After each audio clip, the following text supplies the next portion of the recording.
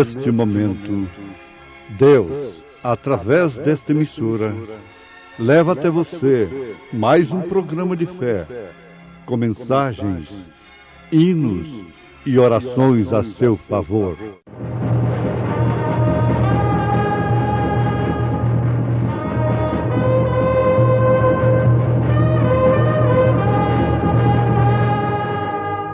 Fé para vencer.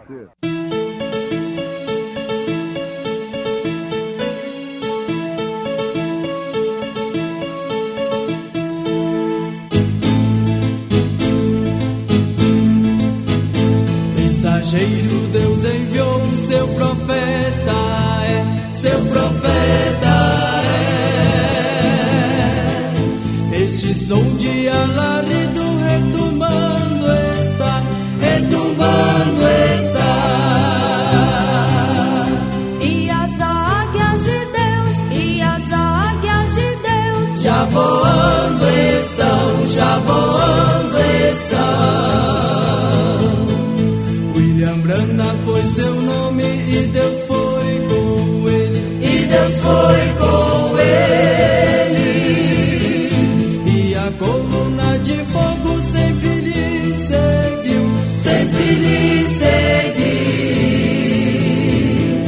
A palavra ele pregou, a palavra ele pregou com fidelidade. O cordeiro ou o cabrito será sem mácula, um macho de 1 ano, o qual tomareis das ovelhas ou das cabras, e o guardareis até o 14º dia deste mês, e todo o ajuntamento da congregação de Israel o sacrificará à tarde. O cordeiro ou cabrito será sem mácula, um macho de 1 ano, o qual tomareis das ovelhas ou das cabras, e o guardareis até ao 14º dia deste mês, e todo o ajuntamento da congregação de Israel o sacrificará à tarde. Êxodo capítulo 12, versículos 5 e 6.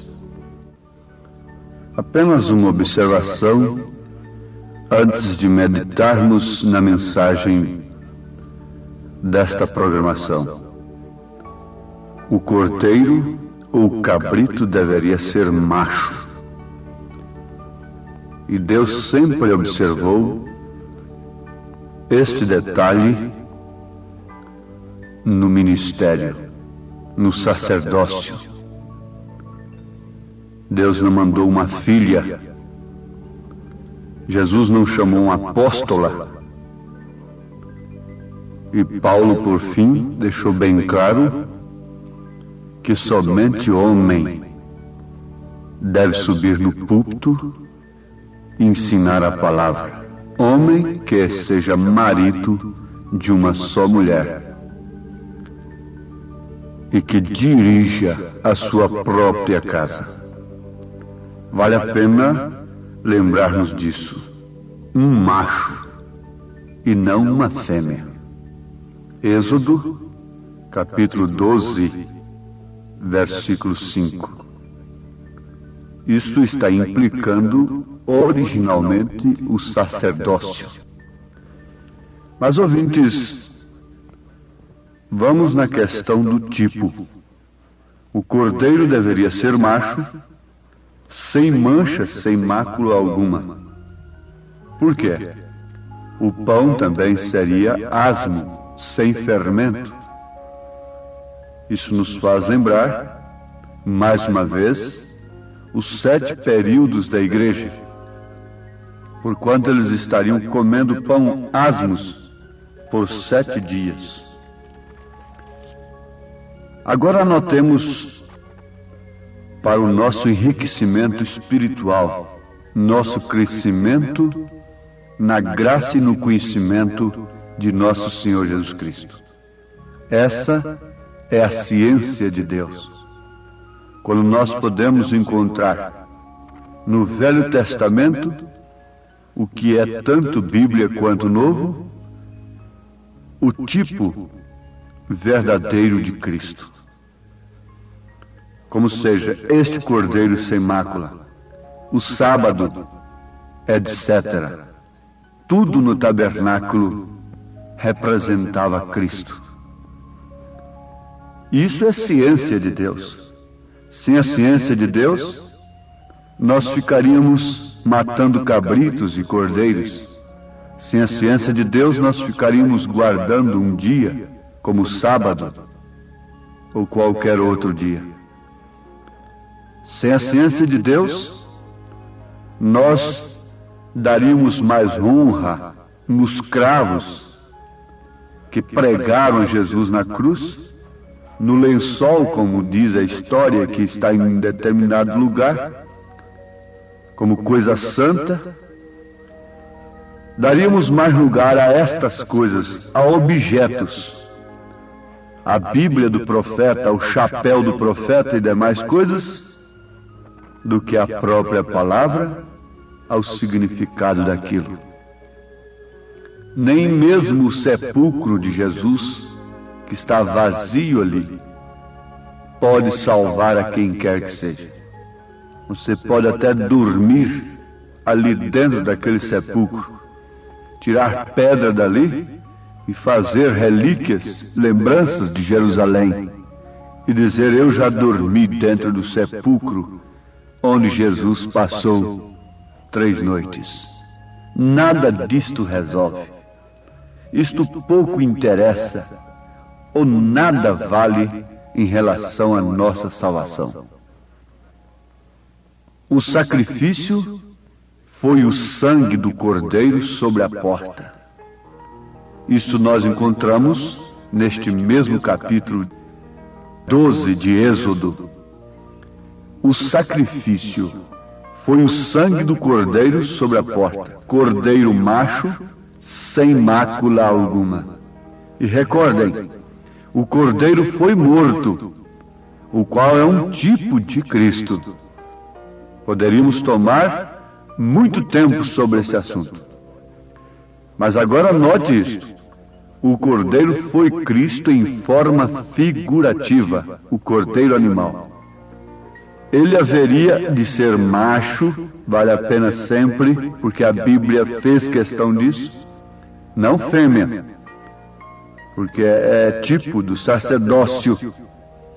O primogênito da ovelha mãe. A mãe, a fêmea, tem uma missão: dar luz. Ana não foi profetisa para Israel. O seu filho é que foi um profeta, a mãe de Samuel. Ela não foi uma sacerdotisa, até que profetisa ainda poderia ser, como temos a Ana ali em Lucas, que era uma mulher profetisa, mas ela não foi uma sacerdotisa. Nós temos isto. Aqui está: o cordeiro foi Cristo em forma figurativa. Ele haveria de ser macho, o primogênito da ovelha mãe. Tinha que ser seu primogênito. Ele tinha que ser examinado primeiro, para ver se tinha algum defeito. Agora notemos isto: Cristo foi provado, e foi o primeiro cordeiro da ovelha mãe, a Virgem Maria. E com que foi provado? Satanás veio contra a palavra. Provado de que forma? Lhe oferecendo todo o reino político, todo o poder político. Eu não sei onde estão aquelas pessoas que dizem que têm Cristo e não podem ver estas coisas nas Escrituras. O que Jesus rejeitou, eles estão catando as fagulhas de tudo que Jesus rejeitou. Eles estão dando a vida por uma fagulha apenas. Satanás veio contra a palavra, lhe oferecendo coisas, tentando o seu poder, tentando um espetáculo público, fazer pedras virarem pães, e assim por diante. Agora, quando ele golpeou a Eva, ela caiu, na verdade. Quando golpeou a Moisés, ele caiu. Porém, quando encarou a Cristo e tratou de citar as Escrituras erradamente, então encontrou que este não era Moisés, não era uma Eva. Ele foi provado. Que fez? Retornou e disse: se em verdade tu és filho de Deus, me tem dito que tu operas milagres, e também me tem dito que o Messias faria estas coisas. Agora, se assim é, vamos, você está com fome, você precisa disto. Veja como ele é oportunista. A igreja está precisando de apoio. De que a igreja está precisando? De mais dinheiro? De mais prédios? De mais subvenções? De que essa igreja natural está necessitada? Para terem tantos salvadores dela, tantos interessados por ela. Não lhe falta nada, ela é rica, ela é laodiceiana. Estou rico e de nada tenho falta. Regala-te a alma, o teu celeiro está cheio. O que está faltando para a igreja, meu irmão, é poder de Deus, é a vida de Cristo, porque o demais ela tem tudo. Ela não está passando fome, porque ela já caiu na tentação há muito tempo. Ela já creu no engano desde que rejeitou a mensagem do dia. Isto é certo, o que está lhe faltando não é uma nova versão da Bíblia, não é mais um prédio novo, nem mais uma torre ali. Grandes elementos vocês têm, eles estão estudando dia e noite, para serem chamados doutor fulano de tal, doutor ciclano de tal, doutor pastor, doutor reverendo, doutor evangelista, doutor dali, doutor dacolá. Um pescador não poderá falar daqui a pouco, não é? O pescador daqui a pouco não poderá falar mais. O laico, mas de onde parte isso? Da doutrina nicolaíta. Isso é Satanás enganando a igreja, enganando a Eva do século XX. Você tem que saber que quando badala um sino ali anunciando um defunto, foi tudo culpado por uma dúvida na palavra, uma torção da palavra. Quando você ouve uma ambulância tocando a sirene, você sabe que o culpado disso tudo foi aquela dúvida na palavra. Filhos espúrios, sangue na terra, cadeias, hospitais, filas enormes para tratamento de saúde, miséria, fome e guerra.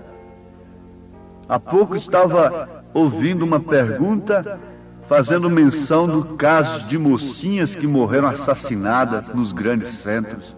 Brasília, Rio de Janeiro, São Paulo, crimes misteriosos. O repórter ia falando o nome de cada um, lembrando em síntese do caso, e no fim ele fez a pergunta: quem é o culpado?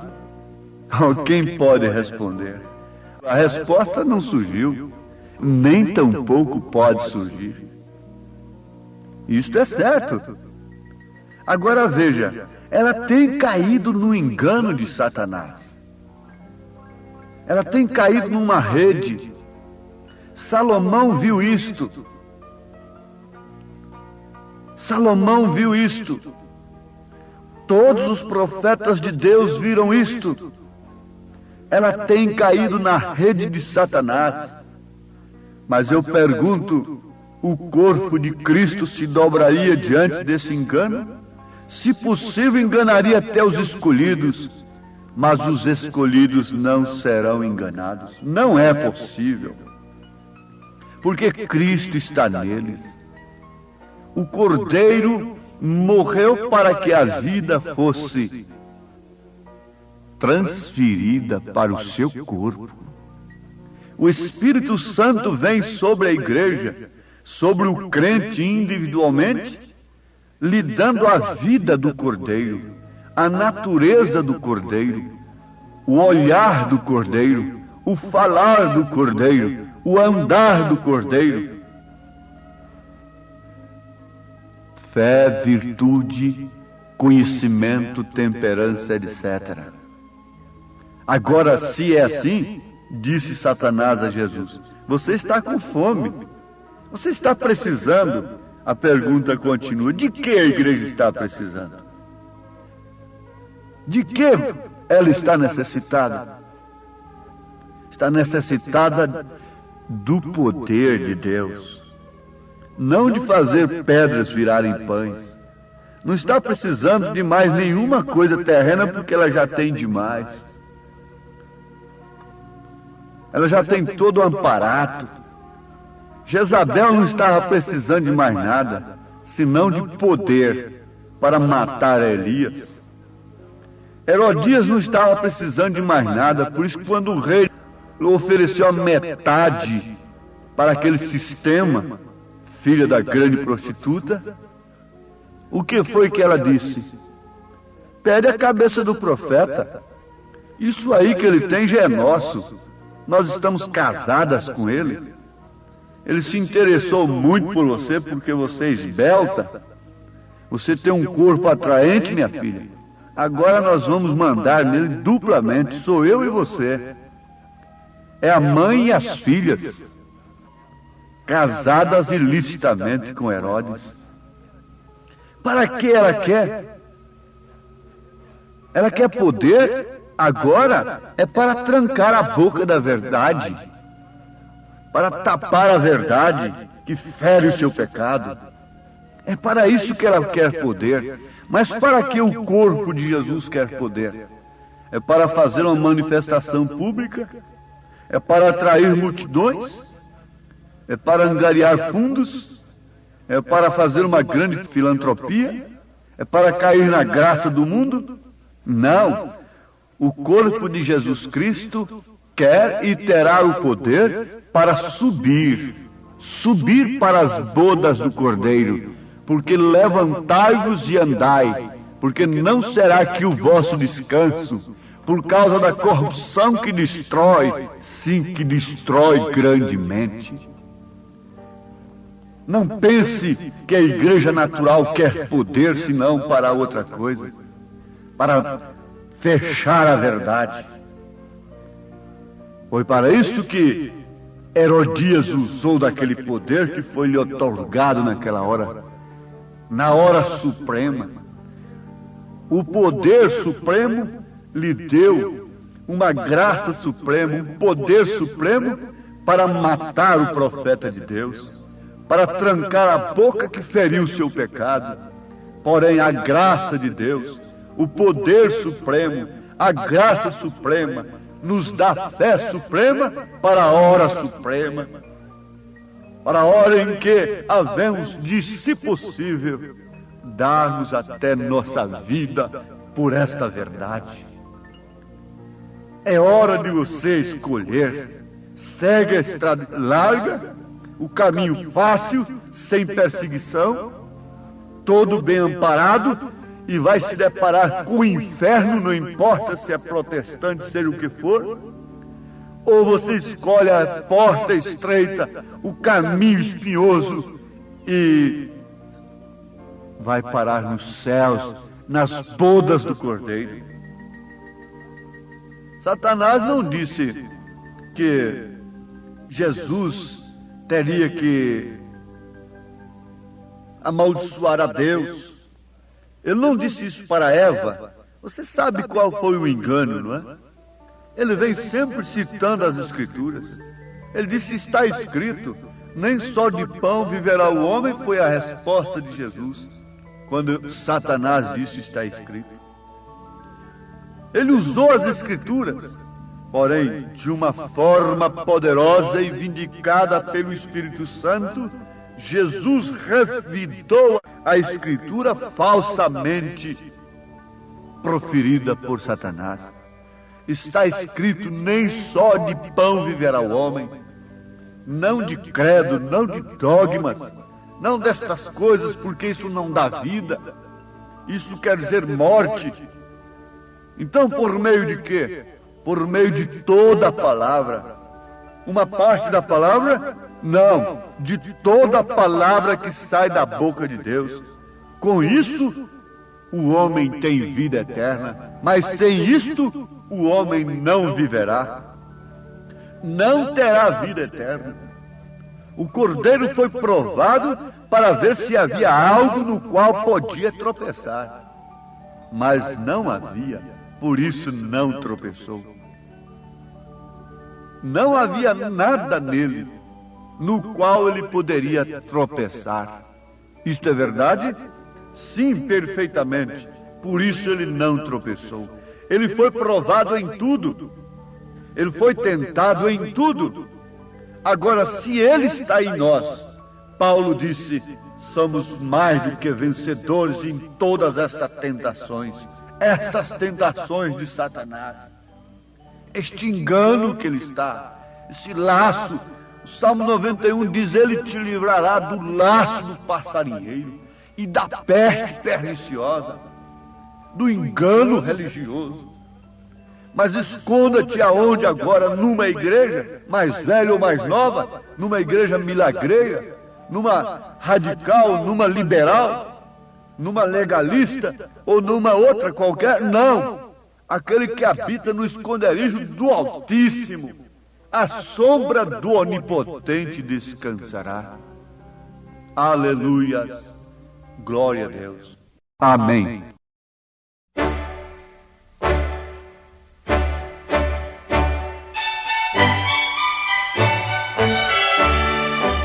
Ouvintes, escreva-nos pela caixa postal de número 15.020, 15020, CEP 74.501-970, Goiânia, Goiás. O nosso endereço na internet é www.apalavraoriginal.org.br. Volte a nos ouvir amanhã novamente neste mesmo horário, nesta emissora, se o Senhor nos permitir, com fé no Filho de Deus, a fé que vence o mundo.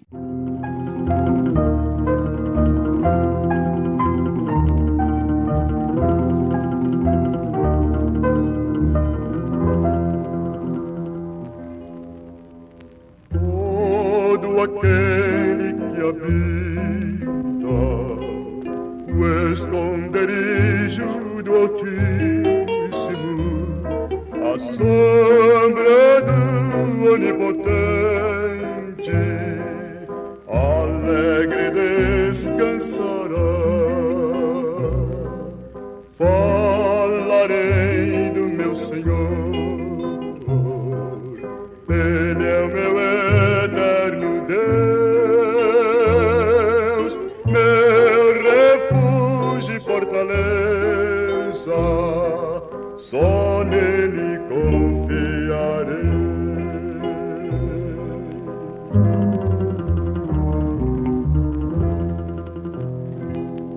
Do laço do passarinheiro, o Senhor te livrará, também da peste perniciosa, Ele te preservará. Com carinho e com ternura, o meu Deus te abrigará. Debaixo de suas asas, seguro tu estarás.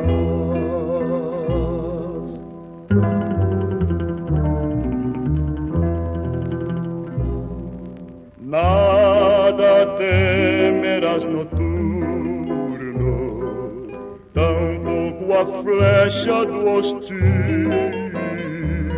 pois 1000 cairão ao teu lado e à tua direita 10.000, porém não serás atingido, somente olhando verás a recompensa dos ímpios, que Deus lhes retribuirá.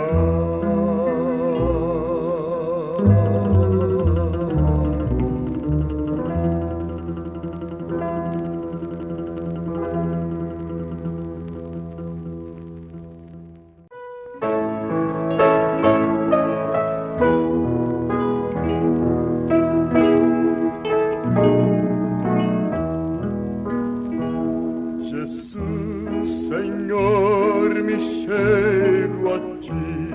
Oh, dá-me alívio mesmo aqui, o teu favor estende a mim, aceita um pecador.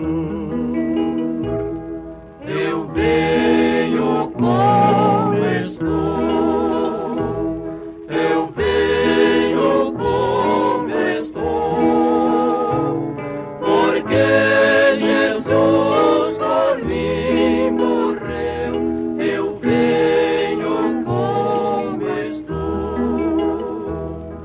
As minhas culpas grandes são, mas tu que não morreste em vão, me podes conceder perdão, aceita um pecador.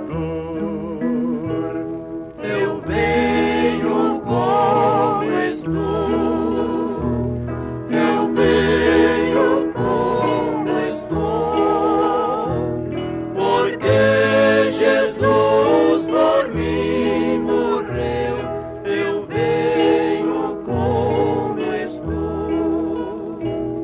Oh, vem agora, Salvador, tu Cristo só és meu Senhor.